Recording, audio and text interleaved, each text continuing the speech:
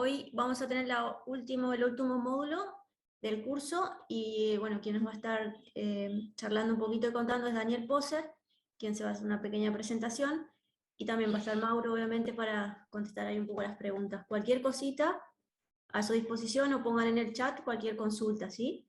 Magalí Ibáñez va a estar de anfitriona, le te vas a dar el pase, Daniel. Bueno, Muchas gracias. quería agradecer por un lado al INTA y por otro lado a la Calandria Edición Riego. Hoy vamos a hablar de lo que es el sistema de Fertirriego. Siempre que hablamos de fertirrigación, en esta charla lo más importante que quisiera que se lleven es: no se puede modificar o no se puede cambiar lo que no se puede medir. Cuando hacemos referencia a esto, existen parámetros de medición, tanto de solución de agua inyectada, como de solución de suelo, como análisis foliares, que nos dan parámetros en los cuales puedo tomar referencia yo de qué es lo que está pasando en ese momento en el cultivo, y con una apreciación visual del mismo yo puedo tomar referencia y generar corrección. Cuando hablamos de fertilización, hablamos de la técnica que permite una aplicación simultánea de agua y fertilizante a través del sistema de riego. Es decir, es lo que me permite la inyección de solución de sales, que la formulo dentro de la casilla y la termino llevando a campo.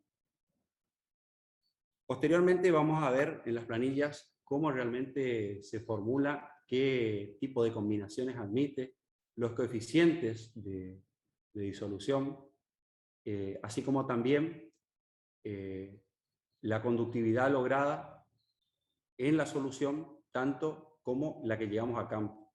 Vamos a ver las diferentes determinaciones que podemos hacer desde la preparación hasta la solución realmente dicha puesta en el campo. Entonces, lo importante de la fertilización es que el agua a mí me actúa como vehículo. Eso es lo importante. Entonces, al actuar el agua como vehículo, me permite la corrección, si se quiere, casi inmediata de lo que yo estoy haciendo en un momento determinado. Cuando digo esto, esa corrección, hago referencia a que yo, midiendo, puedo determinar qué es lo que está pasando y en base a eso, corrigiendo fertilización, generar, tratar de lograr lo que yo realmente quiero.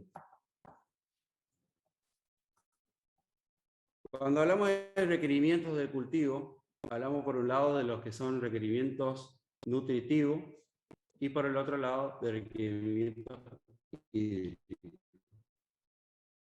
Tenemos la formulación, que es la forma de preparación del fertilizante, más allá de que se encuentren dos formas comúnmente de presentaciones en los cultivos, que es lo que generalmente se usa, que son sólidos solubles, y por otro lado ya son soluciones líquidas, que a la vez pueden ser concentradas o diluidas, dependiendo del porcentaje de saturación, que lo vamos a ver. Por otro lado tenemos la programación. ¿A qué hace referencia con la programación? Y cuando nosotros, fertirriego, siempre hablo de la palabra fertirriego porque nuestro concepto básico es siempre que se riega se fertiliza. Por otro lado tenemos la evaluación de la solución del gotero. Cuando hablamos de evaluación de solución de gotero, hacemos referencia a el agua que yo estoy inyectando a campo, salida directamente desde la casilla de bombeo con la mezcla de mi solución. Pero no es la misma agua que se encuentra dentro de la solución de suelo, que ya sufrió una serie de procesos e intercambios que se dan dentro del mismo, en el cual lo que comúnmente suele pasar es que se habla, por ejemplo, de deficiencia de calcio. Yo el aporte de calcio lo logro yo sé que estoy inyectando calcio y sin embargo en el cultivo, por ejemplo, se observan problemas de turo negro. Entonces, si yo estoy aportando calcio y a la vez estoy regando, entonces el problema está pasando o por una mala distribución de la lámina o por una mala concentración del fertilizante. Entonces, eso es lo que queremos llegar a cómo se formula y qué es realmente lo que estoy haciendo. Y por otro lado, la evaluación de la solución del suelo, que el lado de la metodología indirecta, los valores reales, nutritivos en los cuales está expuesta la planta, como con análisis foliares. De todo lo que nombré anteriormente, el parámetro que realmente nos dice qué es lo que el cultivo tomó es el análisis foliar. Es decir, de todo lo que yo termino logrando en la solución del suelo, lo que realmente la planta absorbió de la solución es lo que me arroja el análisis foliar. Cuando hablamos de formulación, es lo que nombramos anteriormente, pueden clasificarse en base a dos tipos los fertilizantes. Tenemos fertilizantes líquidos, que ya son abastecidos en forma de soluciones, sin la necesidad de un tratamiento previo, es decir, no hay que generar una disolución, sino que lo único que resta es la inyección. Y por otro lado tenemos fertilizantes sólidos. Cuando hablamos de fertilizantes sólidos, hablamos de que es importante detenerse acá, porque incluso acá en la zona se ven productores inyectando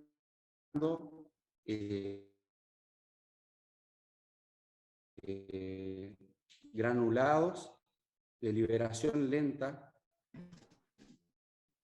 utilizándolo como sólido soluble. Esto trae un problema aparejado en todo el funcionamiento del equipo. Debido a los compuestos de liberación lenta, por el mismo principio que son de liberación lenta,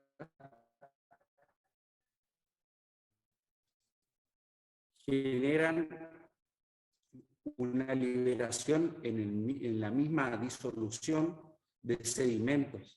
Cuando uno intenta o forza a inyectar esa solución, si no lo sufre el filtrado, que genera obstrucción, lo va a sufrir la cinta de goteo.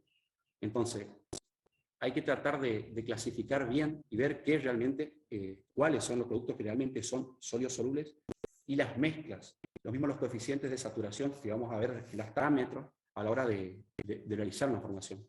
Y para ello, ahí tenemos un ejemplo de sólido soluble, que es el nitrato de calcio, y para los fertilizantes líquidos, que ya vienen en presentaciones, no son muy adoptados en la zona. Generalmente lo que consta de fertilizantes líquidos tiene un problema por ahí volumétrico de almacenamiento y en relación a costo es por ahí relativamente caro el transporte de líquidos.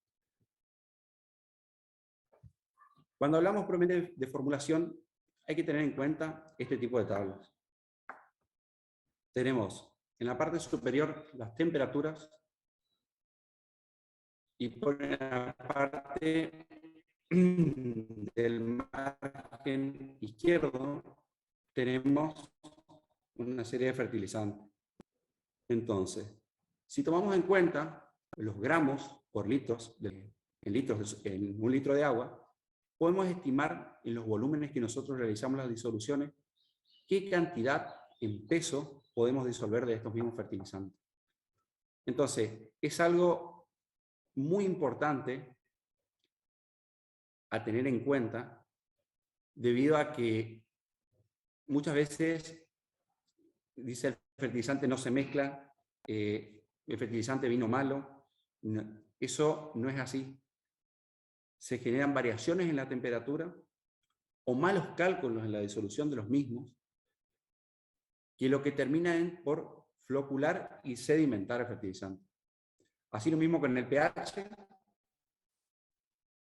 Así lo mismo con la conductividad eléctrica final de la solución. Y lo vamos a ir detallando al final cuando veamos las planillas.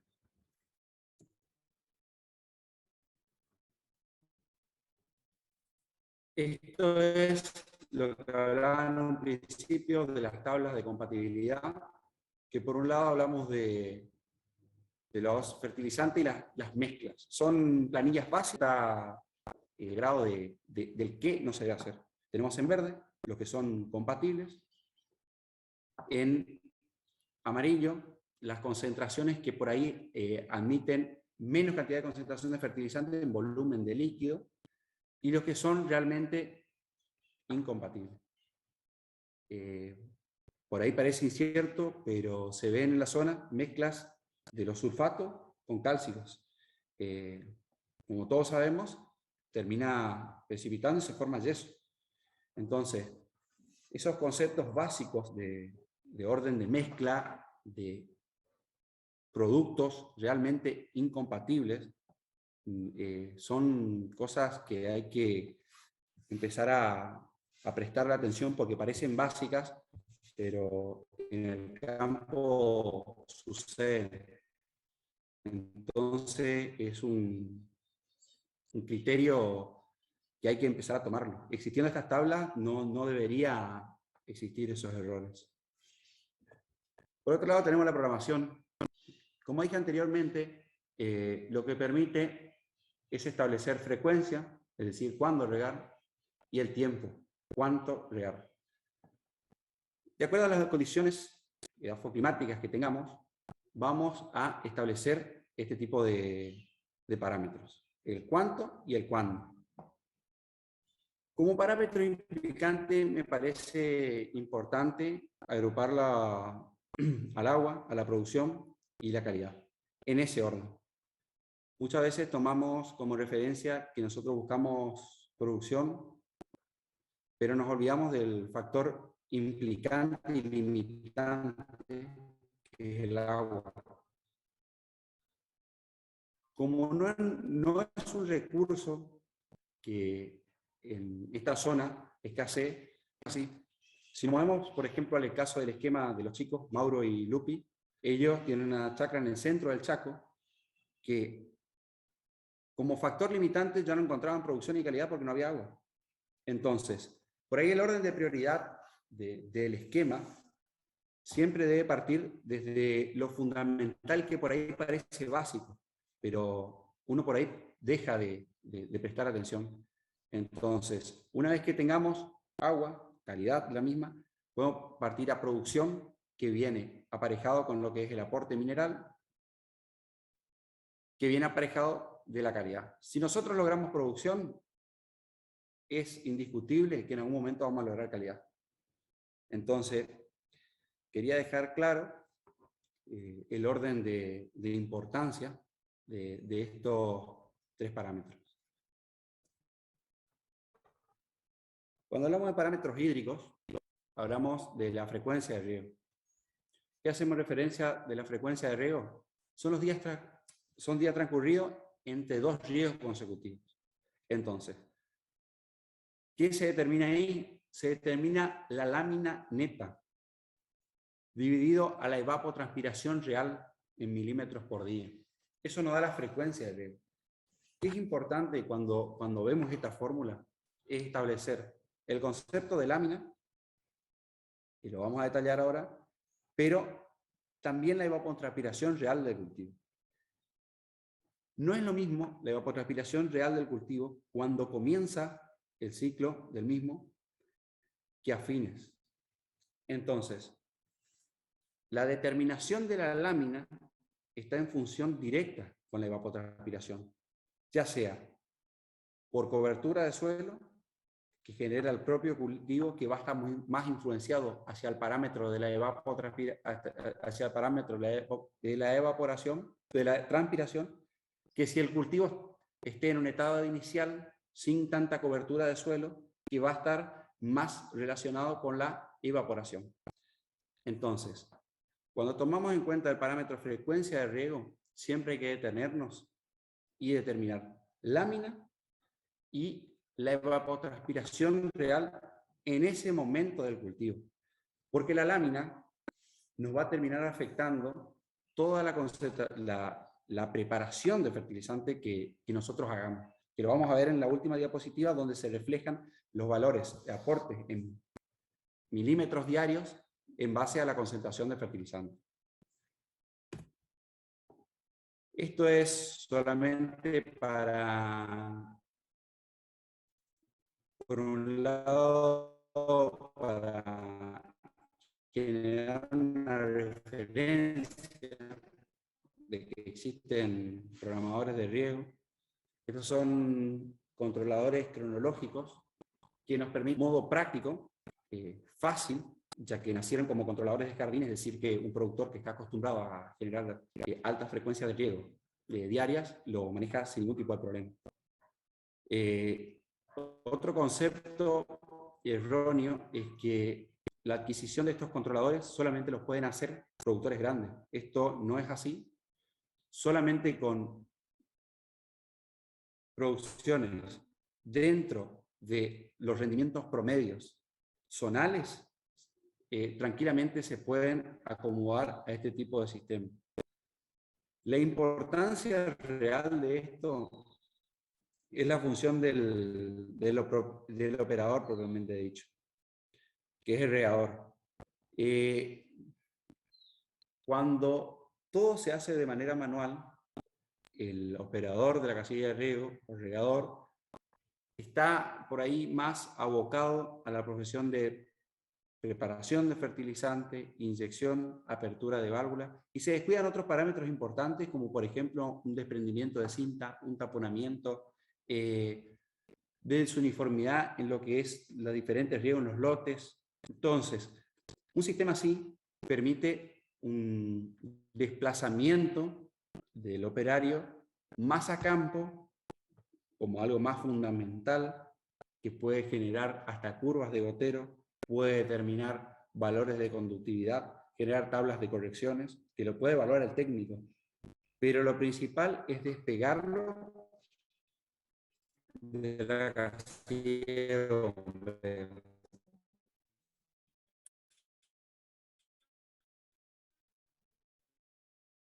Tienen una forma práctica de operar.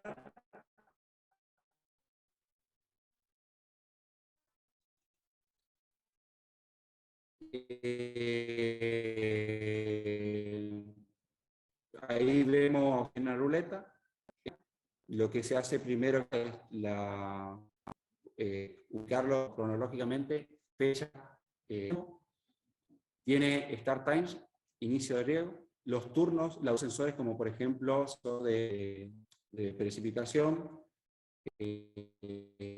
ajuste gradual tanto para la disminución o para el del turno de riego programado, son porcentuales, y no por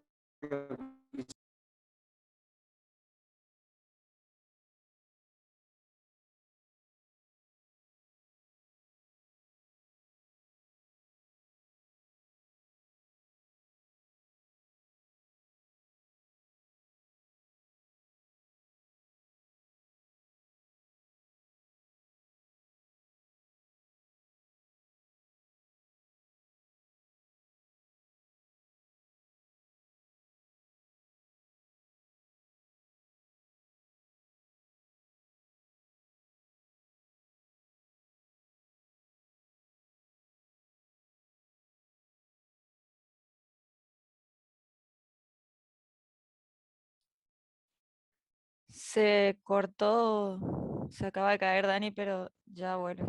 Un segundito, por favor.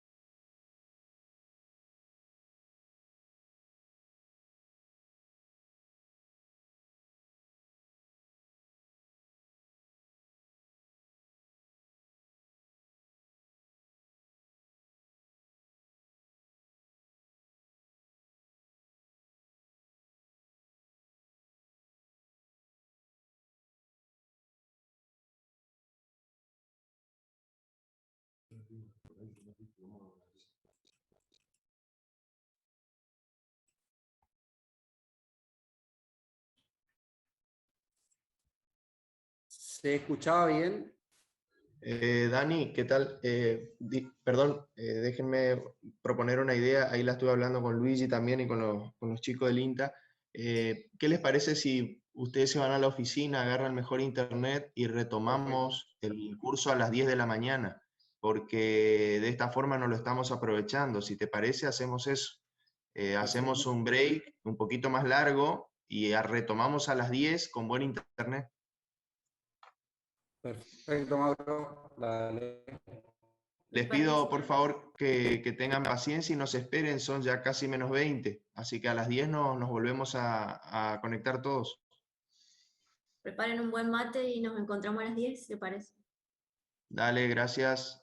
A ustedes, disculpen.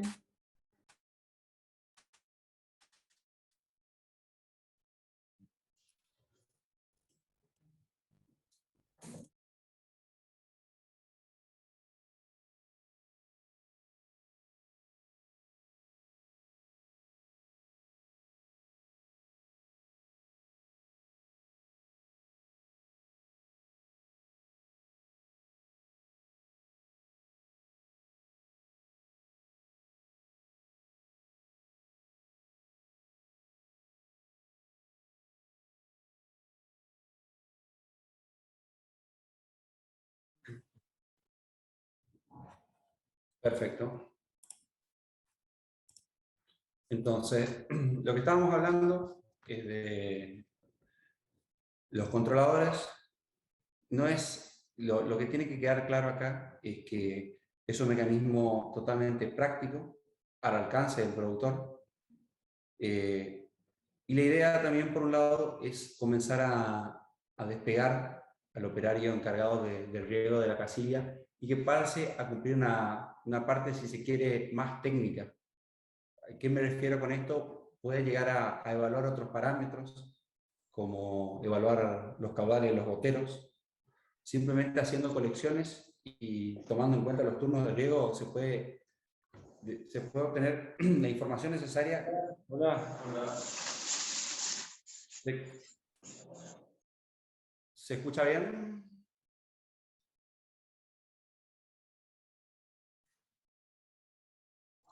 Sí, Dani, perfecto, se escucha. Continúa. Perfecto. Bueno. Es decir, despegar al operario que se encarga habitualmente de lo que son la preparación de fertilizante, la apertura de válvula, empezar a trabajar con este tipo de sistemas, lo que permite es, por un lado, el esquema que ya se usa ya son otro tipo de soluciones, pueden ser más diluidas, más concentradas, pero lo despega él directamente de la preparación diaria. Y otra cosa es que puede ir a evaluar parámetros a campo. Y que te quede claro eso, que no está fuera del alcance del productor. Este tipo de sistemas con automatismo trabajan con solenoides, que son una suerte de motor que funciona con un campo excitado por un campo eléctrico que comanda la apertura y cierre del mismo. En este caso, ahí se ven los tubines conectados al solenoide, que lo que terminan por generar es un sistema estanco, es decir, no hay renovación diaria, a menos que se produzca la apertura de una válvula, es una renovación mínima del aire, son sistemas estancos, pueden ser con neumáticos, pueden ser por agua. Cada uno de los dos sistemas cuenta con sus ventajas y desventajas. Por ahí lo que más se tiende a tratar de integrar es lo que son los sistemas neumáticos. Simplemente no se ven afectados la pérdida de carga por pendientes en tramos largos y una respuesta más inmediata de la apertura de la válvula. Es decir, cuando se comanda directamente que el controlador produce la apertura, el encendido de marcha de bomba, con la apertura del solenoide es mucho más rápida la respuesta. Tiene una simplicidad, funciona como una válvula de 3 vías, pero de manera operada por un controlador. Otro sistema de programación que me parece importante de resaltarlo es el que vemos a la derecha, es un filtro que está comandado, funciona con el mismo principio que se puede observar en los manómetros. Es decir, toma agua antes y después del filtrado, lo que toma como referencia para generar una limpieza es el diferencial que acusa entre ambos manómetros. En la computadora a bordo se puede ver dos medidas. Por un lado, la medida en la cual opera el filtrado, es decir, el diferencial que existe en el manómetro antes y el manómetro después, y la programación del filtrado. Se puede programar de dos formas. Por un lado, por una diferencia de presión, lo que indica una suciedad en el filtro, está impidiendo el pasaje de agua, por lo tanto va a acusar el manómetro a la entrada mayor presión que el de salida. Cuando da un comando, la computadora lo que hace es un ingreso de agua en el sentido contrario por medio de una válvula de diafragma. Ingresa en el sentido contrario a las anillas por debajo de las anillas del filtrado, tiene un resorte, el cual vence una compresión, afloja las anillas, se produce un sentido inverso de giro del agua, liberando las partículas y tiene un canal de descarga. Es prácticamente un funcionamiento mecánico accionado por la misma presión de aguas de cabezal. También esto es importante porque es otra función que despega al operario de la casilla. Si bien nosotros podemos automatizar, pero si tiene que estar en un control de filtrado, de suciedad, no puede despegarse tanto porque sí o sí en algún momento va a tener que volver a realizar ese tipo de control. Lo que es la parte de automatismo genera ese despegue y es llevarlo un poco más al regador a los controles de campo. Existen otras variantes de tipo de controladores con más tecnología, menos tecnología, depende de la superficie, depende, por otro lado, de qué quiere el productor, el tipo de medidas que uno requiere. Estos, por ejemplo, tienen sondas en las cuales determinan conductividad a la salida del cabezal, que por ahí eso es otro parámetro que, si se quiere a evaluar, no es tan preciso. ¿A qué me refiero con esto?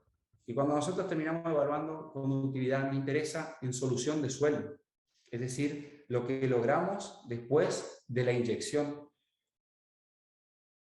Pero si se quiere un valor más cercano a la casilla, más de solución de tanque o disolución cercana, se puede optar por este tipo de instrumentos. Siempre hay que hacer un análisis costo-beneficio en base a la utilidad del equipo. Por eso, también tienen opciones de instalar sondas a campo, así que sería la fórmula paleable de darle una utilidad más a la medición de conductividad a distancia. Ahí sí es más acertado el término de la medición.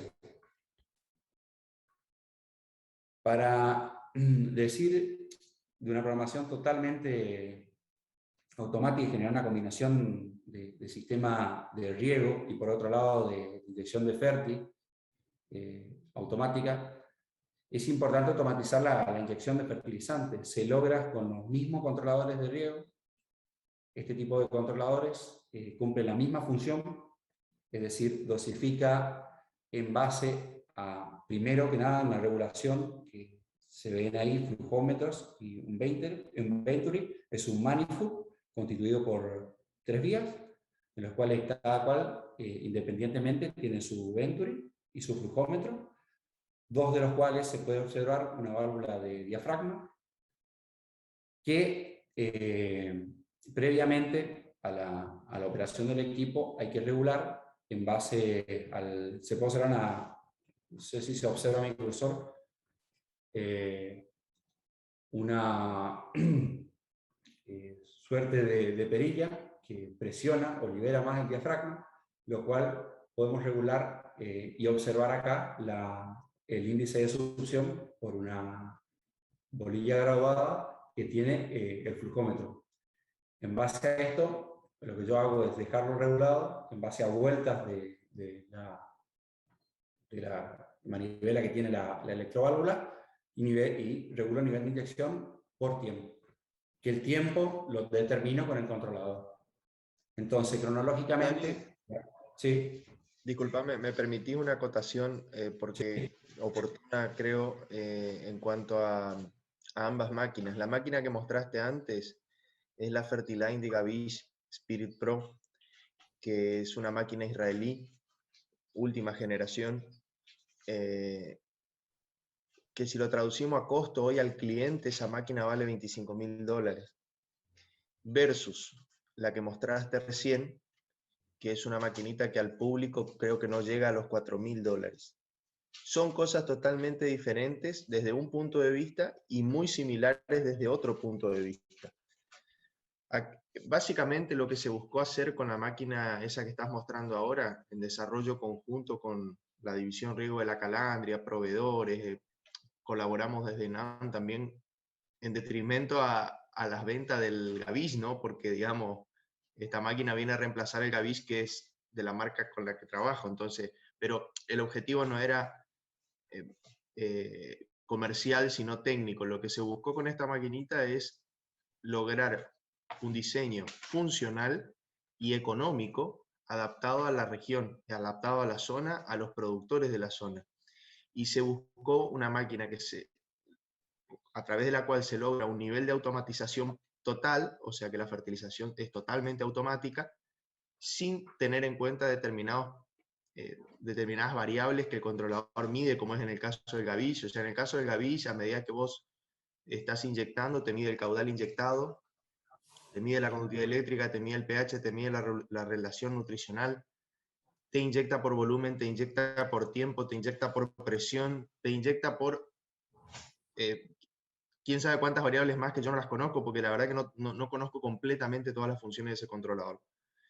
Es una máquina espectacular que se usa muchísimo en invernaderos de alta tecnología en Almería, por ejemplo, es donde más se la ve a esta máquina, y en proyectos de alta tecnología de caña de azúcar en Brasil. Divina la máquina, pero no se adapta a la realidad de la producción de quizás Bellavista, Lavalle, Santa Lucía, Goya, sin despreciar la zona. O sea, hay que ser realista. El poder adquisitivo de los productores, de la media de los productores regionales, no da para poner una máquina como esa. Entonces lo que se hizo con esta maquinita que estás mostrando ahora es dar prestaciones parecidas, automatización plena, a través de órdenes cronológicas nada más, no mide a través de otra variable, solamente a través de programación cronológica. O sea, yo le digo a qué hora quiero que prenda la inyección 1 y a qué hora la apaga, a qué hora prende la inyección 2 y a qué hora la apaga, nada más, no hace otra cosa. Y las variables fundamentales de la fertilización, como las nombraste, conductividad eléctrica, pH, análisis foliario, hay que hacerlo a campo, la máquina no mide nada. Pero es una solución económica que encontramos para dar al productor una solución en fertilización eficiente, con prestaciones similares a las máquinas de mayor tecnología del mercado. Nada, quería hacer la comparativa de ambas y que quede claro que son tecnologías diferentes desde muchos puntos de vista, pero muy similares desde otra visión, digamos. Así que nada, gracias, Dani. Está perfecto, Mauro. Bueno, podemos observar también cuenta de otra vía que es una vía manual para inyecciones espontáneas, ya sea en aplicación de insecticida, en realizadores, soluciones de micro. Es lo que dice Mauro. Tiene prestaciones, sobre todo, tanto adquisitiva y prácticas. Es decir, llevada a campo es útil para el productor porque no es que cambia el tipo de manejo del cultivo que él venía haciendo, sino que es solamente implementar esta tecnología y adecuarse al funcionamiento de la máquina, pero sin ninguna limitante a lo que él venía haciendo. Tenemos la evaluación y la solución de gotero. Esto habíamos hablado anteriormente, no sé si se pudo entender, pero hago referencia a esto cuando hablo de evaluar la curva del gotero. Siempre que evalúo la curva del gotero, el comportamiento de la curva del gotero es un poco más de lo que dijo Lupi en la presentación anterior. Es evaluar la presión a la que se encuentra la cinta de goteo general. Lo ideal es hacerlo siempre lo más comprometido, es decir, una cinta del extremo, y evaluar el caudal que está arrojando el gotero. Eso nos posiciona en una curva y nos permite hablar de la lámina propiamente dicha a esa presión de trabajo. Entonces, cuando hagamos el cálculo de fertilización, nosotros sabemos el volumen de agua que estamos inyectando en ese caudal perteneciente a ese sector de riego, que indirectamente nos va a dar la medida de la solución, la medida en conductividad y en partes por millón de nutrientes que está llegando.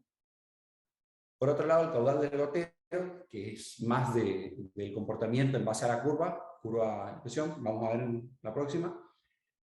Y todo esto, evaluar la curva del gotero, el caudal del gotero, es como un análisis preliminar que nos va a dar un resultado de cómo va a terminar la cinta de goteo. Cuando Mauro empezó la presentación de él, hablaba de velocidades de avance, hablaba de presión de funcionamiento. Esto no está porque sí. Lo que hay que resaltar es que los componentes de cualquier sistema están hechos para funcionar con determinados parámetros. Cuando hablamos de una cinta de gotero, hay miles de marcas, miles de curvas, los caudales de los goteros no son los mismos, existen ínfima cantidad de factores que terminan afectando. Pero tabulados en tablas ya con la marca bien.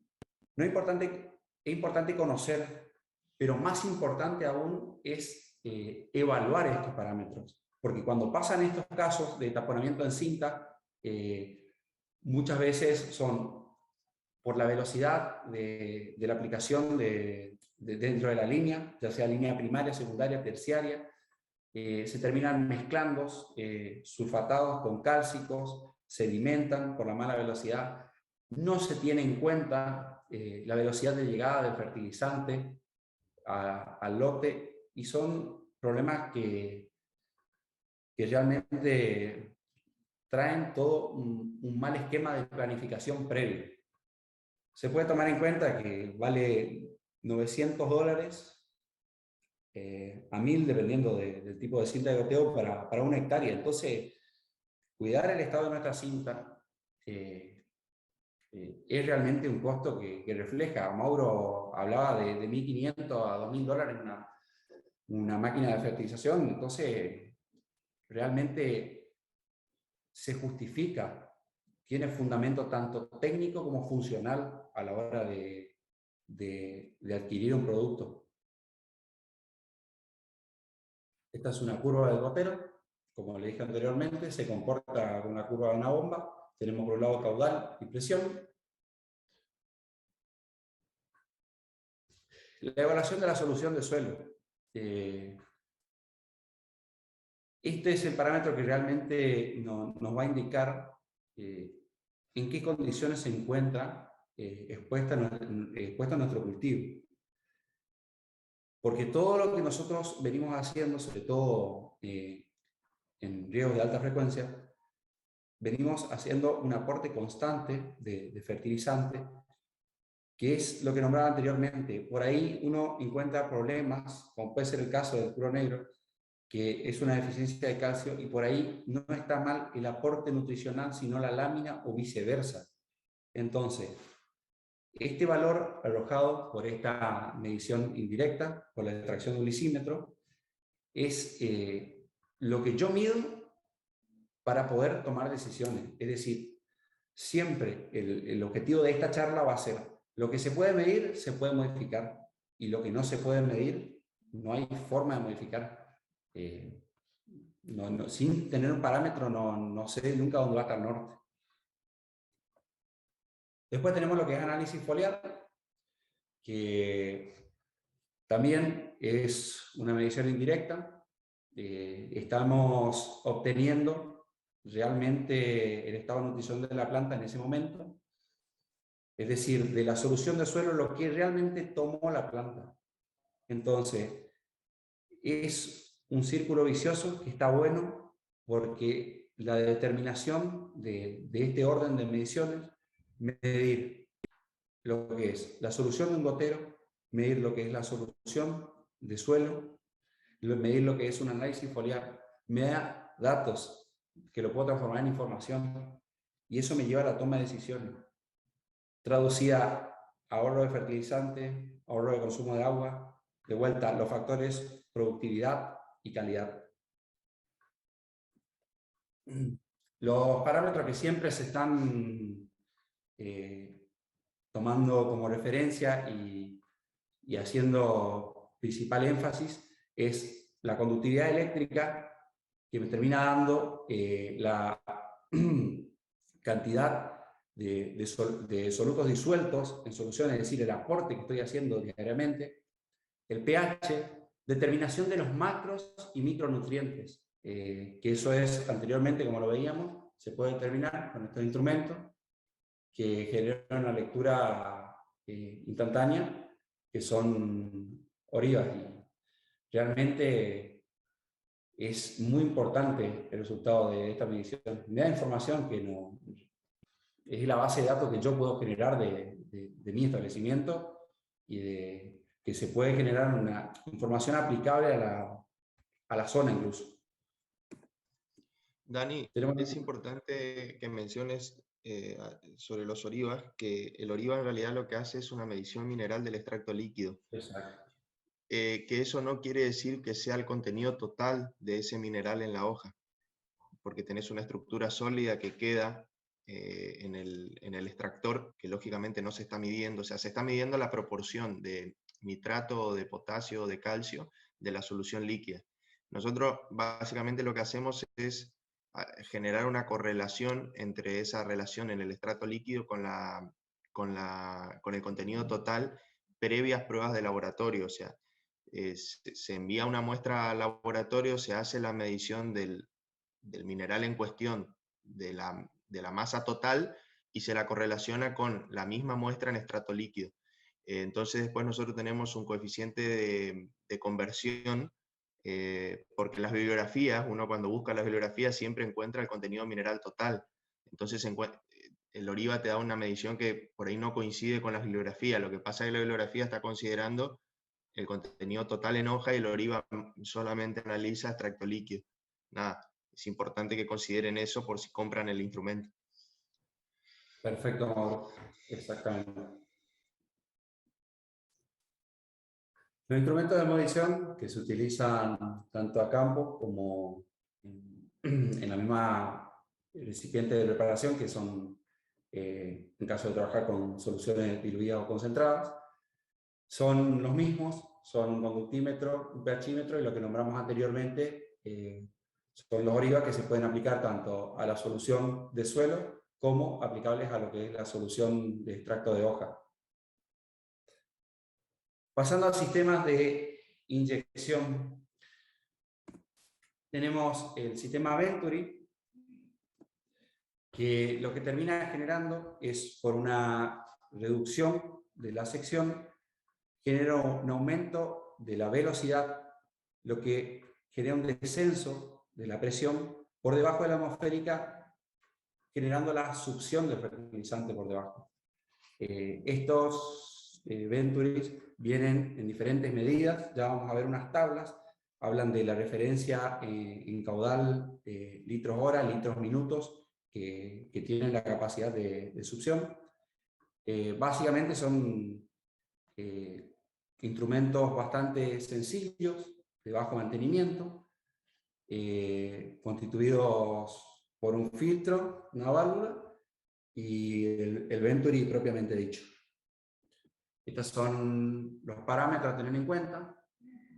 Tenemos diferentes presiones a las que trabajan y los caudales de inyección en base a las diferentes medidas que vienen ya preestablecidos. Siempre hay que hacer el control a la hora de tratar de insertar en un cabezal, tomando en cuenta las presiones de trabajo, viendo el volumen de inyección. Simplemente también se lo puede hacer una medición cronológica, viendo el volumen de inyección, ya sea por minuto, y ocupándolo de parámetro de referencia a la hora de dosificar el fertilizante. Tienen sus ventajas, son equipos de bajo costo, son de fácil instalación y bajo mantenimiento. La desventaja es que generan una gran disipación de energía.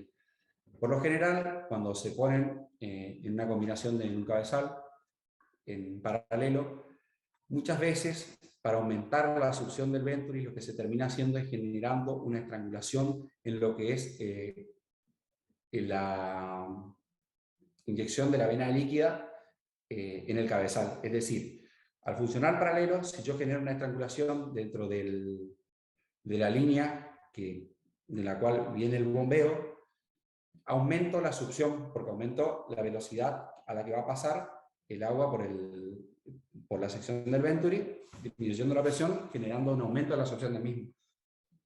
Pero esto va a tener, en el momento de que estoy inyectando el fertilizante, voy a generar una caída abrupta de la presión de mi sistema de fertilización, es que me concentra el fertilizante en un punto, en lo cual me genera variaciones que realmente no sé cómo se van a distribuir en la línea. Depende mucho tanto del dimensionamiento, de la duración que tengo que realizar el estrangulamiento para la inyección.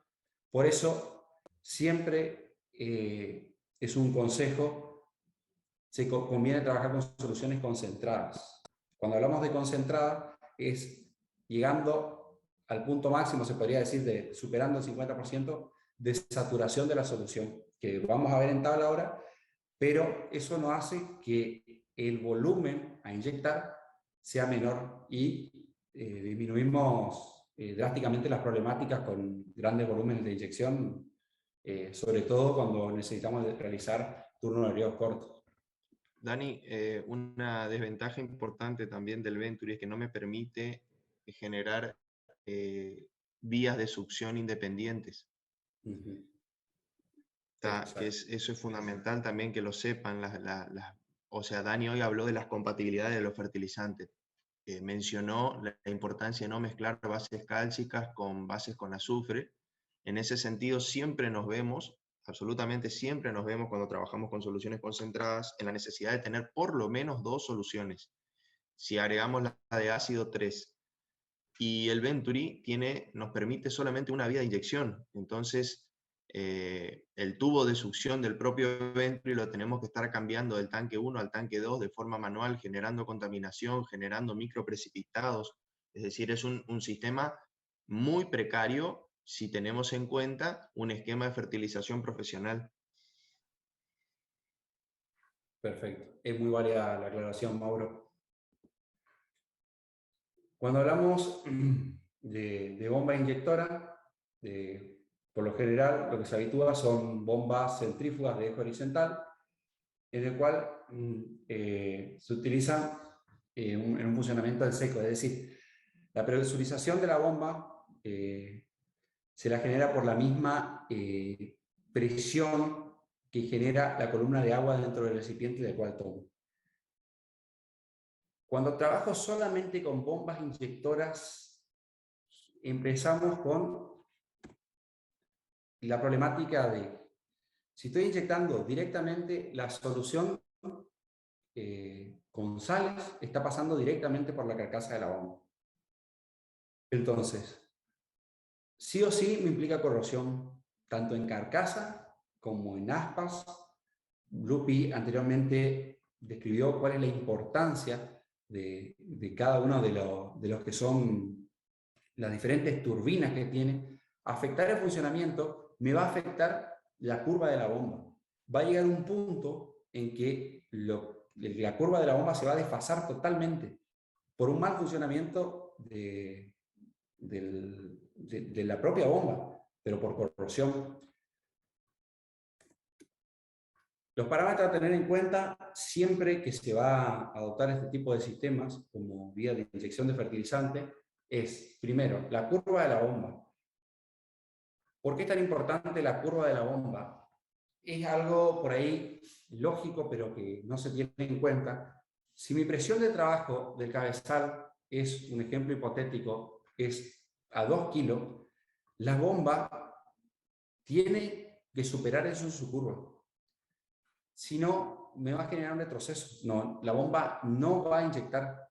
Entonces, no existen bombas para fertilizar o bombas para regar. Existen bombas con curva, que son las que se adecuan a su sistema. El sistema tiene parámetros que son los que hay que respetar para que realmente la combinación de uno con otro termine funcionando el equipo. Y los componentes de la bomba, que es probablemente lo que dijimos: carcasa, turbina, hay de acero inoxidable, hay de fundición. Acero inoxidable puede durar un poco más. Lo mismo termina con la corrosión. Son sales disueltas generando una turbulencia dentro del circuito, rozamiento, supongamos, es como que estemos pasando arena por la bomba. Tarde o temprano, los resultados van a estar, que es el desgaste propiamente. Estos son el tipo de bombas que se utilizan. Ahora más adelante vamos a aclarar la importancia de un instrumento que se coloca en el cabezal, que es una válvula reguladora sostenedora, se llama, que lo que me termina haciendo es sujetando la presión que existe después, antes de la inyección, para que no me varíen las presiones de trabajo del equipo después, al momento de la inyección. ¿Qué quiero decir con esto? Cuando yo estoy regando, generalmente siempre tengo lotes más cercanos y más lejanos a la casilla de riego. Cuando trabajo más cerca de la casilla de riego, el cabezal, por estar más cercano y por tener menos pérdida de carga, que es lo generalmente que sucede, a menos que tengamos, lo que explicaba Mauro en su charla, que tengamos pendiente a favor, es imposible que superemos la presión en el punto 1 que en el punto 2. Entonces, si tomamos eso como regla básica, nosotros sabemos que estando regando a un sector más lejano, la bomba se va a un sector más cercano, la bomba se va a someter en su curva a vencer una mayor presión dentro del cabezal para inyectar más fertilizante. Para inyectar el fertilizante. ¿Qué implica esto? Que se mueve la curva y la inyección de fertilizante es menor. Ahora, cuando nosotros tengamos el sector más lejano, exceptuando el caso de calla pendiente, el cabezal va a trabajar con menor presión, lo que la bomba le va a dar la oportunidad de desplazarse en su curva e inyectar más fertilizante. Ahora, la solución es la válvula reguladora sostenedora. ¿Qué es lo que genera esta válvula? Tiene un piloto, que el piloto funciona con un resorte, un mecanismo mecánico.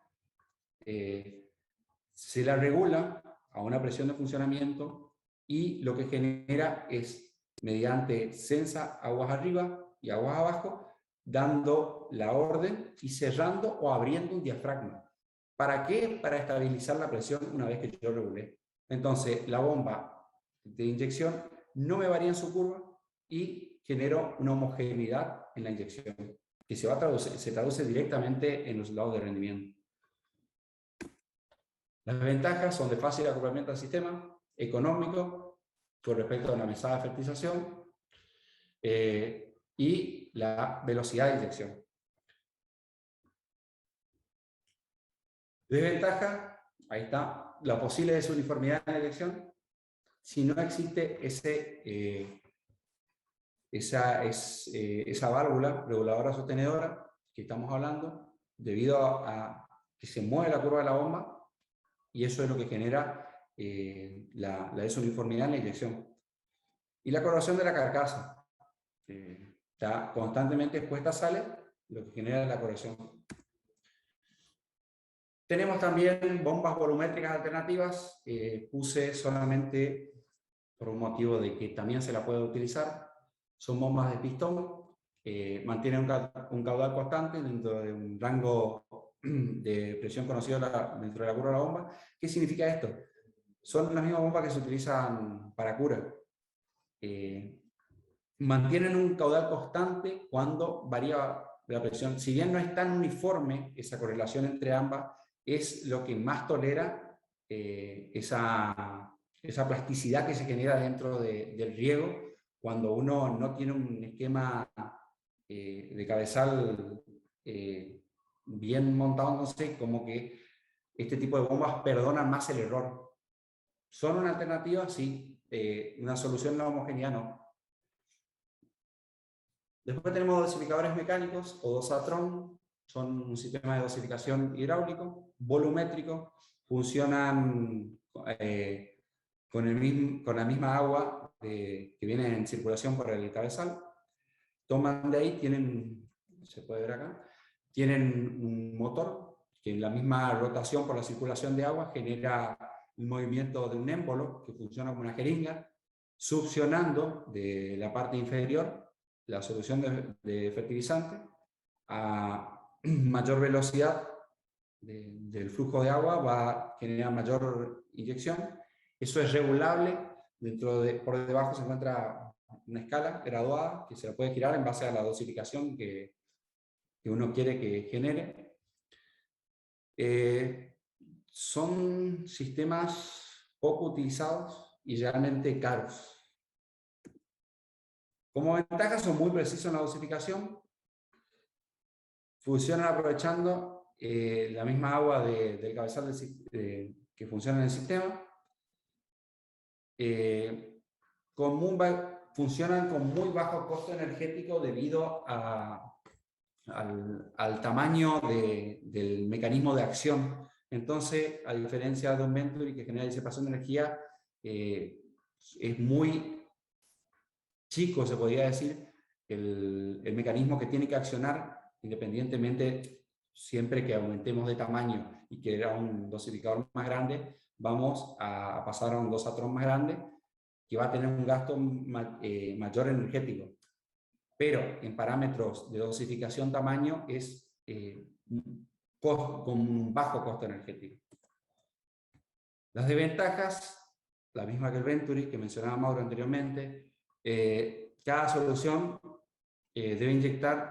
necesita un dosatron. Si bien, como dijimos, tiene un costo elevado, al necesitar uno por solución, genera un problema realmente, si tomamos en cuenta que siempre se trata de facilitar al productor y acercarle una herramienta que sea práctica y económica, el dosatron no se adecua a nuestro ofrecimiento. Lo que son las revisadas de fertilización, que anteriormente vimos, es un sistema combinado que aprovecha las virtudes del Venturi. ¿Cuáles son esas? Presenta un bajo costo y se tiene una fácil graduación, si se quiere, que es lo que comentaba anteriormente, que ahora vamos a ver, que son la roca que presiona los diafragmas que regulan el nivel de succión. Por otro lado, se aprovecha la bomba, ya que es un sistema combinado, para que el gasto energético que genera la misma fricción generada por Venturi sea aprovechada solamente de la bomba impulsora y no del cabezal. Entonces es algo menos que se pierde por el camino. Sin hablar de la homogeneidad con la que inyecta. Debido a que al ser comandado por la bomba centrífuga, que es la que vimos anteriormente, ahora vamos a ver una foto, al ser comandado por la bomba, teniendo la válvula reguladora sostenedora, siempre va a estar expuesta a la misma resistencia a vencer dentro del cabezal. Entonces, cuando empieza el funcionamiento del equipo, cualquiera sea la vía de succión, siendo graduada correctamente, no va a haber interferencias en lo que es homogeneidad en la inyección. Eso es importantísimo. Otra ventaja que presenta este equipo es que lo que hablamos anteriormente de corrosión por sales, una inyección que se toma directamente agua limpia del cabezal. La bomba funciona con lo que se hizo. Es decir, lo que quiero decir acá es que está hecha para bombear agua y no deja de cumplir su principio en este caso. Sigue bombeando agua, nada más que funciona un mecanismo que se encuentra apareado con él, que son los Venturis, que son los que realmente generan la succión del fertilizante. Tenemos dos tipos, una vía que se puede hacer automática o manual. Acá a la izquierda podemos apreciar una inyección que es de modo manual. Lo único que comanda el tablero es protector de bomba. Y en el otro caso, a la derecha, es el mismo que veíamos anteriormente, que tenemos incluso el mismo tablero con un controlador, y lo único que se agregan en este caso son dos válvulas de diafragma, que la cual son accionadas por el mismo solenoide, en cada válvula, por supuesto, que regula apertura y cierre. Ventajas de estos equipos. Lo que hablábamos recién de la precisión del equipo a la hora de inyectar fertilizante. La bomba nunca se encuentra expuesta a corrosión, siempre bombea agua. Y algo que me parece importante resaltar es que al tener una estructura ya montada de hierro, siempre se encuentra separada del suelo. Es decir, no hay forma de que se encuentre en contacto con la solución de sales por derrames, entonces eso me va a garantizar lo que es la vida útil de la bomba. La desventaja, si se quiere, el costo, si bien con lograr una uniformidad en la distribución del fertilizante es más que justificada de la inversión de la bomba. Son inversiones en riego, sobre todo, inversiones que se hacen a largo plazo. Si bien hablábamos hoy de la uniformidad comparado con el costo del cambio de cinta, entonces realmente vemos que no es algo caro de adquirir, sino es más una decisión de un cambio de manejo del cultivo. Lo que son sistemas de remoción de fertilizante pasan a cumplir un papel fundamental en homogeneizar las mezclas, sobre todo en la disolución de los mismos. Si bien cada fertilizante, habíamos visto anteriormente, que está establecido por tabla en gramos por litro de solución, en base a temperatura, generar una remoción del mismo aumenta la solubilización, ya que las sales están constantemente en contacto con el agua. Tenemos sistemas mecánicos, los cuales funcionan con turbinas o aspas, como las que se ven acá. Existen muchísimos modelos. Estos son un tipo. Algo importante a tener en cuenta cuando se utiliza este tipo de removedores es que sean accionados al mismo momento de funcionamiento del bombeo. Eso ya nos hace, se pone un contactor y ya nos hace ganar tiempo. Entonces, si uno está prendiendo la bomba, seguramente siempre que se riega, se fertiliza. Es el principio de fertirriego. Entonces, generar remoción de fertilizantes es un punto importante a tener en cuenta cuando se comienza el bombeo. Esta es una tabla de las características, por ejemplo, de un equipo removedor. Es un agitador vertical. Tiene una versatilidad de remoción de 200 mililitros, característica de motor, característica de hélice. Como dije anteriormente, es importante saber que existen y la utilidad que tienen dentro del equipo de riego. Tenemos removedores neumáticos, todos rigen bajo un principio de bajo caudal, alta presión. Alto caudal, baja presión. lo que yo trato de generar, todo lo contrario al compresor, todo lo que yo trato de generar es un burbujeo.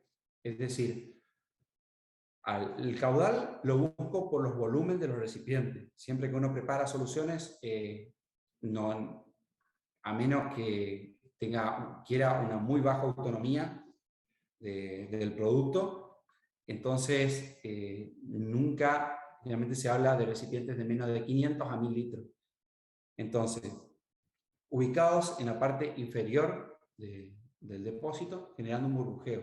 Lo que me genera mezcla. El mismo principio, la remoción de fertilizante, levantar la solución de sales que todavía se encuentra sedimentada en el fondo, y generar la remoción para, al momento de la inyección, empiezo a solucionar muchos problemas, tanto para el filtrado como para los sedimentos que puedan terminar en la última parte de mi sistema, que en este caso es una cinta en el gotero de la cinta.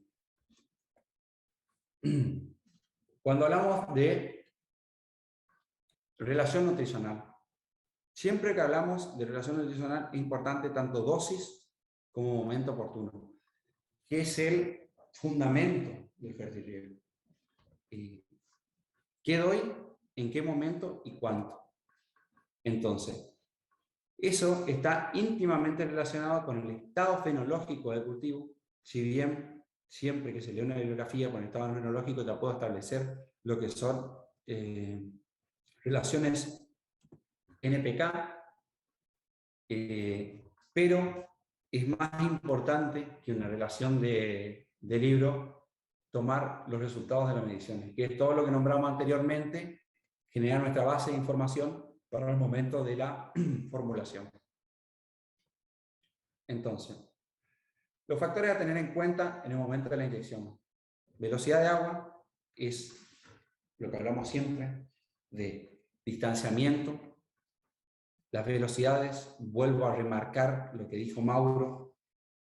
Tenemos umbrales que se los podría tomar como críticos. Velocidades por debajo de 0,7 por segundo generan sedimentación.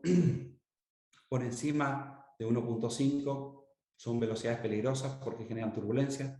Entonces, corroborar ese parámetro es importante, sobre todo por todo lo que hablamos anteriormente de sedimentación, momento de llegada. Nos va a facilitar toda la hora de formulación. Tenemos información correcta a la hora de generar una apertura de una llave, una liberación de fertilizante, un tiempo de inyección y un tiempo de lavado. Es importantísimo. Siempre todo lo que hablamos en este curso, sobre todo lo que es inyección de fertilizante,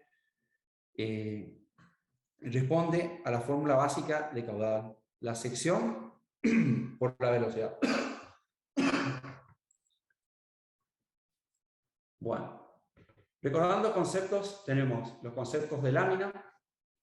Siempre que hablamos de lámina, ese volumen aplicado por unidad de superficie, en milímetros. Esto es importantísimo a la hora de generar la dilución. Porque nosotros siempre que generamos una dilución, tenemos una concentración en miliequivalentes en la parte de la preparación, es decir, tenemos un recipiente, suponiendo de 1000 litros, que ahora lo vamos a ver en la planilla, y sabemos la cantidad de sales disueltas dentro de nuestra solución. Pero tenemos que tener en cuenta la lámina, porque a la hora de aplicar ese fertilizante, nuestra vía sigue siendo el riego. Entonces, la dilución que se genera dentro del volumen total inyectado en un turno de riego, en un sector, es realmente el valor que nosotros tomamos como referencia. Y por otro lado, la pluviometría.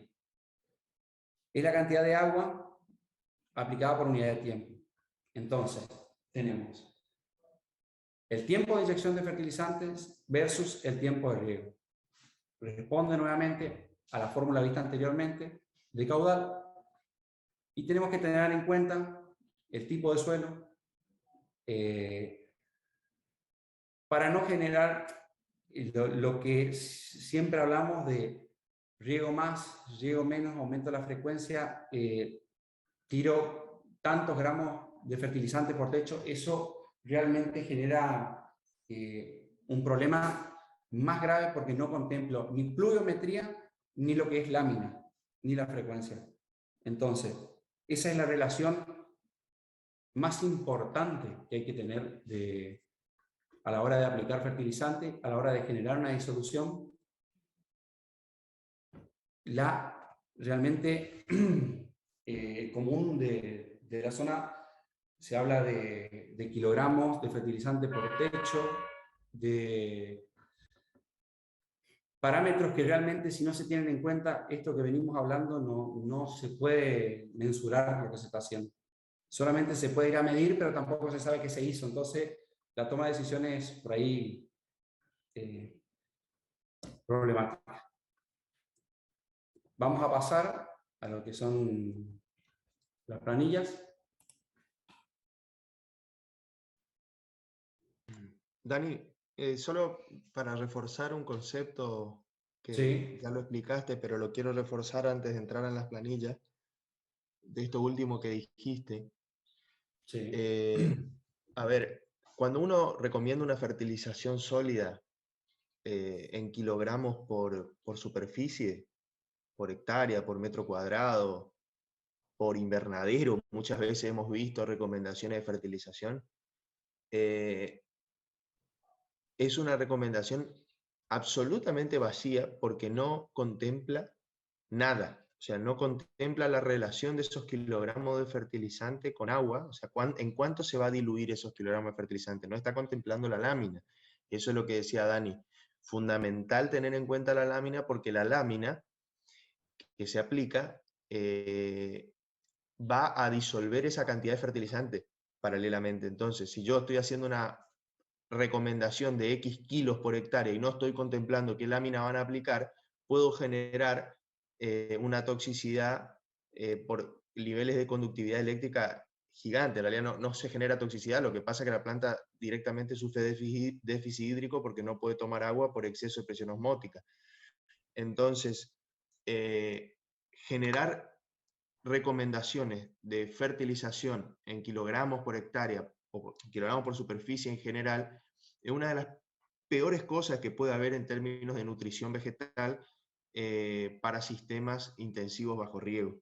La planilla que va a mostrar Dani ahora, que bueno, él ya la va a explicar, pero básicamente toma como parámetro fundamental esa relación final que existe de volumen de agua aplicada versus kilogramos de fertilizantes que acompañan a ese volumen de agua, resultando en una conductividad eléctrica teórica final, que es el parámetro fundamental en fertirriego. Nada, era hacer hincapié en eso. Gracias, Dani. Gracias, Mauro. Bueno, estas son las planillas que utilizamos diariamente para el cálculo de fertilizante. Tienen bases en el INTA. No se ve la planilla, Dani. Perfecto, vale. Tenés que salir del power de la presentación, creo.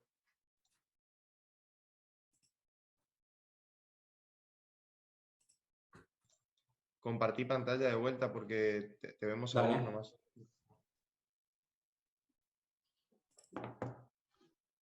Ahí se aprecia.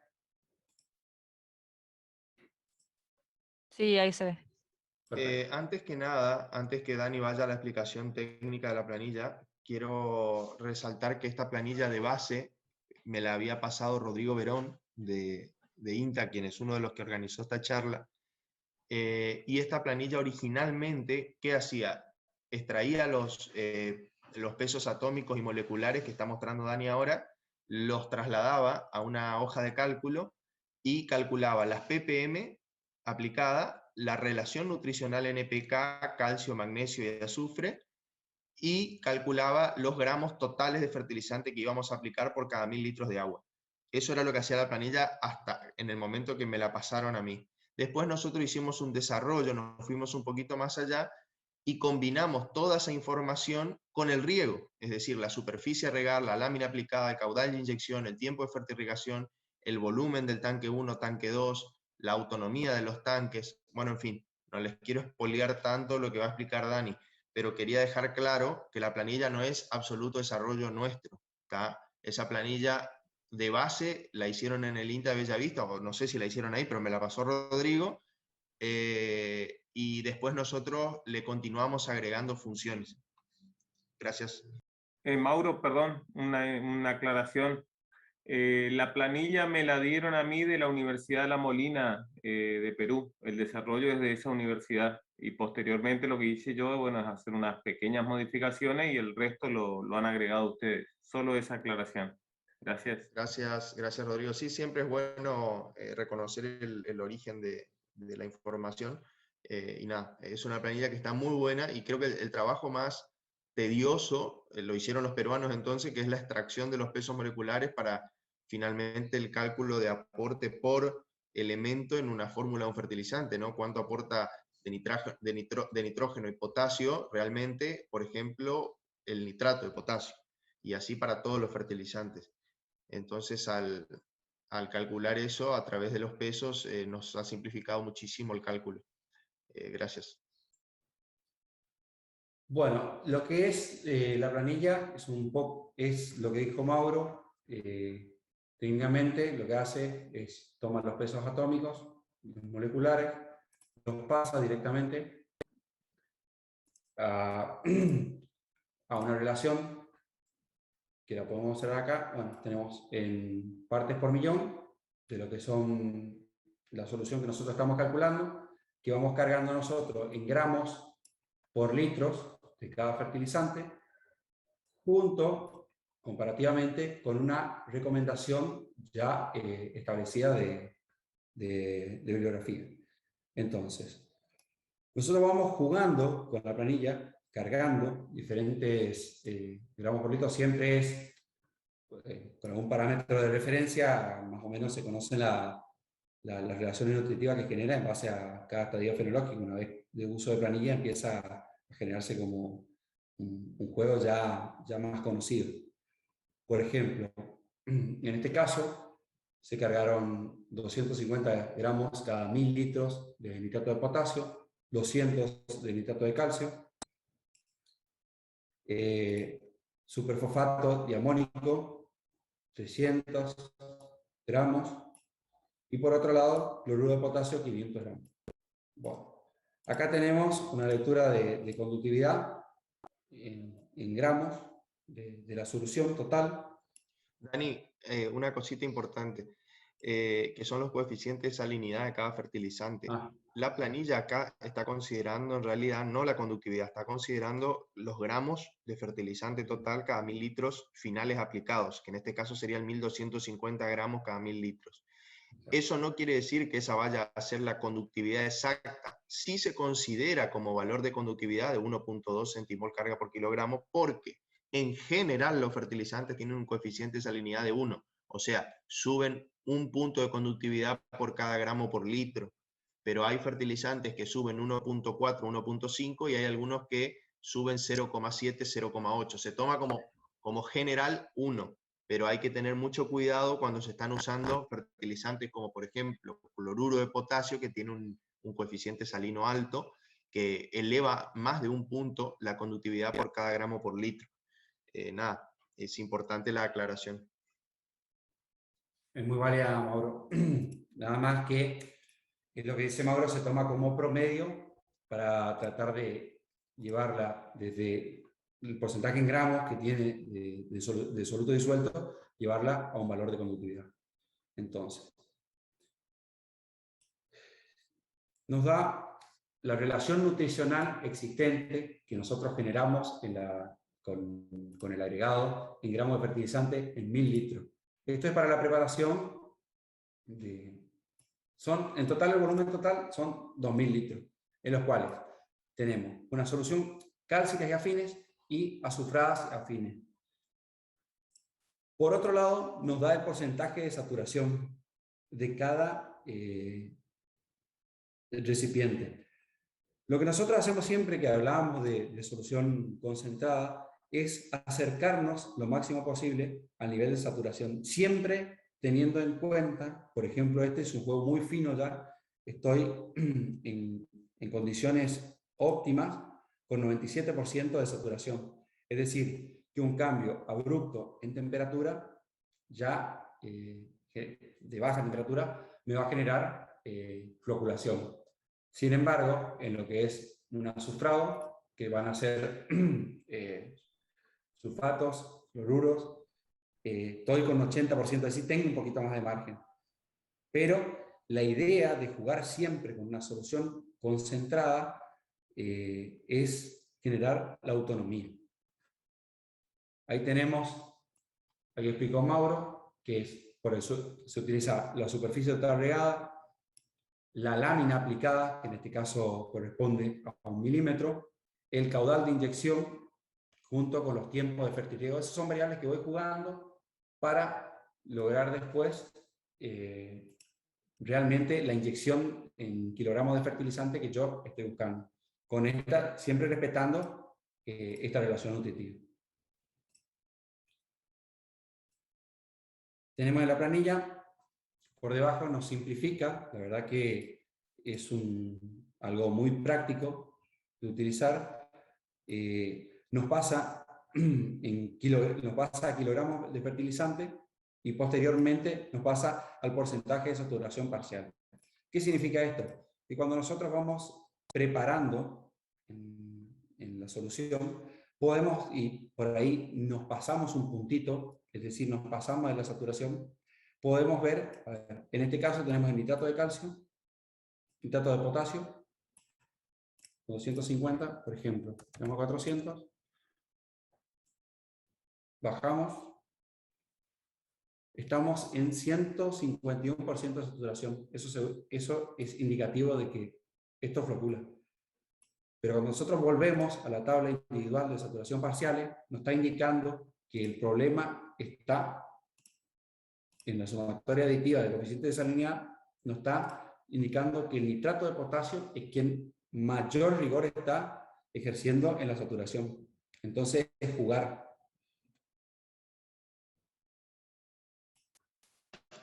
Dani, es importante aclarar que esa planilla, la hoja de cálculo que estabas mostrando abajo, lo que hace es considerar los niveles de concentración máxima de cada fertilizante. Exacto. Que si mueves un poquito la planilla a la izquierda se ven los coeficientes de salinidad de cada uno. No, para el otro lado. No, para. Ahí. Abajo, ahí está, a la izquierda, ahí está, en concentración máxima en kilogramos por litro de cada uno, ahí está 0,25, 1,2, 1, 1,7. Entonces, ¿esto por qué es fundamental? Porque en función a qué proporción de esos 1000 litros de agua que yo tengo disponible para formular el tanque de fertilización, qué proporción está siendo ocupada por el nitrato de potasio y eso qué porcentaje parcial me representa de la combinación total de fertilizantes. Porque, digamos, es ahí donde hacen agua muchos cuando preparan una solución porque no están teniendo en cuenta las concentraciones parciales de las combinaciones. Es decir, cuando yo coloco un fertilizante X, a la hora de colocar el segundo fertilizante ya no tengo los 1000 litros totalmente disponibles para solubilizar, porque parte de esos 1000 litros ya se ocuparon con el fertilizante número 1. Entonces lo que hay que ir calculando es lo que tira la planilla en saturaciones parciales, que es la última columna, que es qué porcentaje de la solución está siendo ocupada por cada fertilizante. Que como bien dijo Dani, en esta simulación que él hizo recién, en un caso puntual donde querramos poner esa cantidad de fertilizante que él indicó, estaríamos saturando solo con nitrato de potasio la solución a un 143%. Fíjense que ya no hay lugar para ningún otro. Y se le suma nitrato de calcio con un 7 abajo, estamos en 150% de saturación.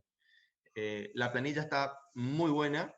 Para el que la quiera aprender a usar hay que hacer una simulación completa, lleva tiempo, es imposible que Dani la explique, Dani ni nadie la puede explicar de manera tal de que todos los que estén participando hoy del curso la aprenda a usar en el curso, pero los que estén interesados en aprender a usarla, que se contacten con Dani, con Luigi, con cualquiera, y se ve la manera de explicarles el funcionamiento.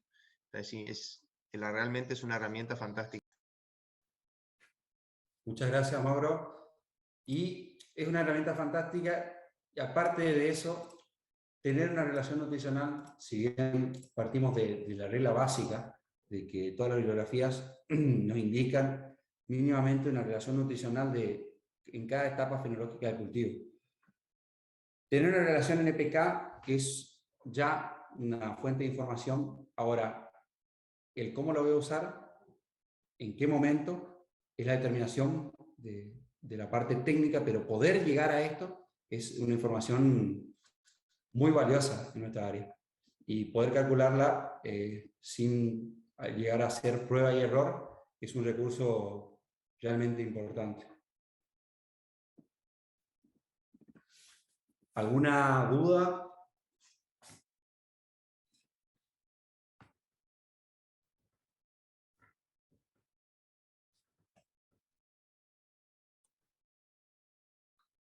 No, seguimos, Dani, cualquier cosa dejamos al final todas las preguntas. Perfecto, Rodri. Esto es lo último en lo que es Buenísimo. planilla de fertilización. Está, entonces, Magalí, deberíamos habilitar todos los micrófonos por si hay preguntas. Perfecto. Yo Dale. creo que por ahí podía haber algo más.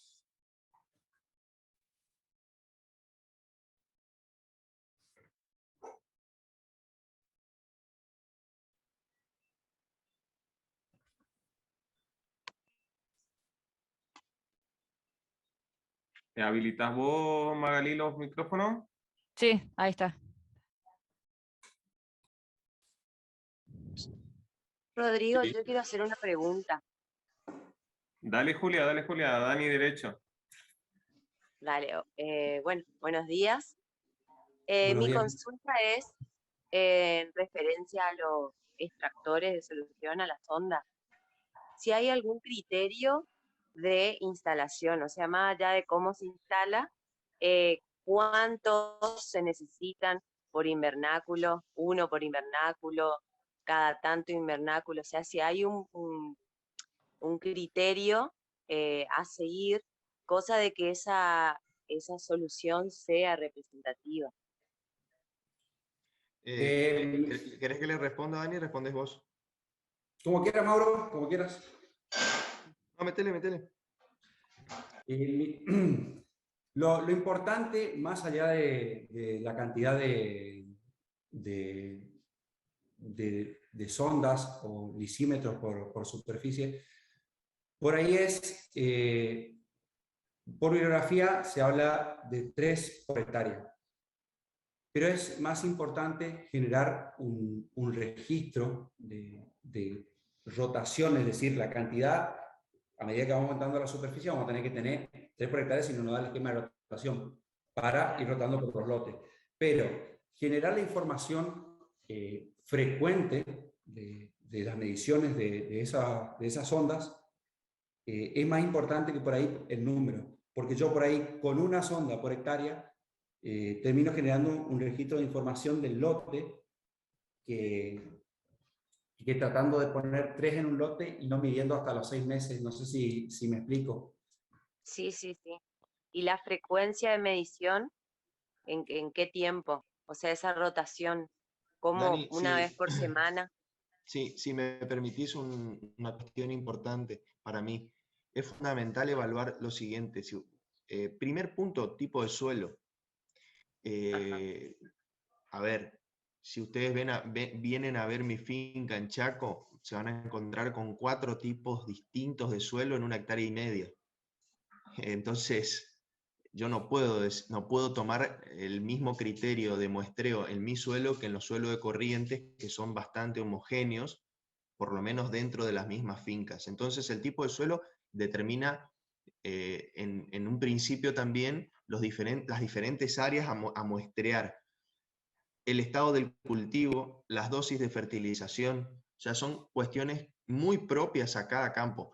Si yo tengo estados de cultivo diferentes, tengo que muestrear en los diferentes estados de cultivo, si estoy recién plantando un cultivo a media edad, un cultivo envejecido, o sea, son diferentes las dosis de fertilización, diferente la profundidad radicular, es diferente todo. Entonces, yo creo que decirte 3 por hectárea, 2, 5, 10, 50, digamos, cualquier número que tiremos va a estar mal seguramente, porque depende de una multiplicidad de factores que son propios del campo en cuestión. Lo importante es saber cuáles son esos factores.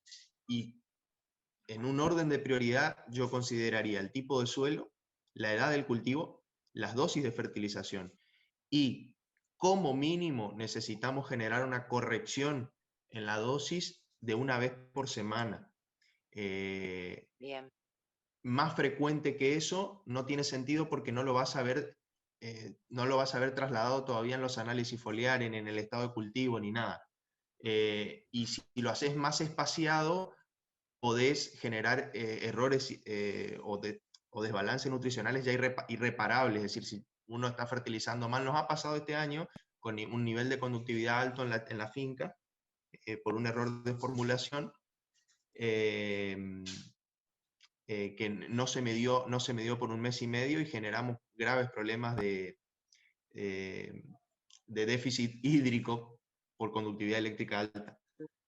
Nada, digamos, yo creo que una semana es una frecuencia ideal. Bueno, muchísimas gracias.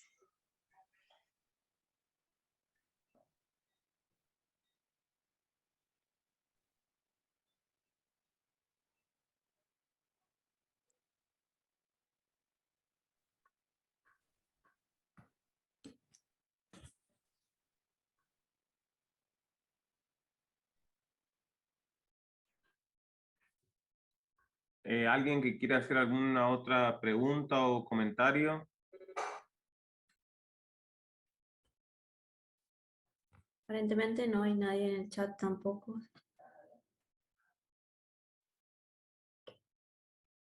Bueno, chicos, yo de mi parte creo que no hay preguntas. Agradecerles por estar brindándonos este curso. Así que muchas gracias. Y seguramente que hay mucha gente que quedó afuera también, y sobre todo alumnos de la facultad del último año, rindiendo sus últimas materias, y que probablemente el año que viene volvamos a armar algo como para complementar o repetir algo parecido. Muchas gracias. Rodrigo. Sí, bueno, comentar nomás que si bien la organización o la idea inicial de hacer el curso surgió del lado de INTA, nosotros al comunicarnos con Mauro, él fue quien ha organizado las charlas junto con los otros disertantes, así que a Mauro, a Luigi, a Daniel, y bueno, a las empresas que representan, Nandanjan y La Calandria, muy agradecidos por compartir con nosotros las experiencias que ellos están haciendo en su zona y en sus empresas, y sobre todo en nuestra zona, que de ahí está lo importante de que sean ellos mismos que nos estén explicando qué es lo que están haciendo y toda la información que están bajando en nuestros suelos arenosos sobre todo. Gracias. Muchas gracias. Chicos, una cosita, les va a llegar el certificado, no sé si lo dijeron hoy, por correo electrónico. Ni bien lo tengamos, se lo hacemos llegar. Y también le vamos a avisar por dónde pueden mirar las charlas grabadas si se perdieron de alguna o de algún momentito. Dale, gracias Vero, Rodrigo y Maga por la ayuda y por la convocatoria. Excelente todo. Así que bueno, creo que se va a volver a repetir. De mi parte y de parte de Nandan Jane, hago extensivo el agradecimiento a todos y a los que participaron, lógicamente. Buenísimo. Bueno, gracias Maga también porque estuvo de anfitriona hoy. Bueno chicos, les agradecemos y que tengan una buena semana. Gracias, chau, chau. Muchas gracias, hasta luego. Gracias, chao, chao.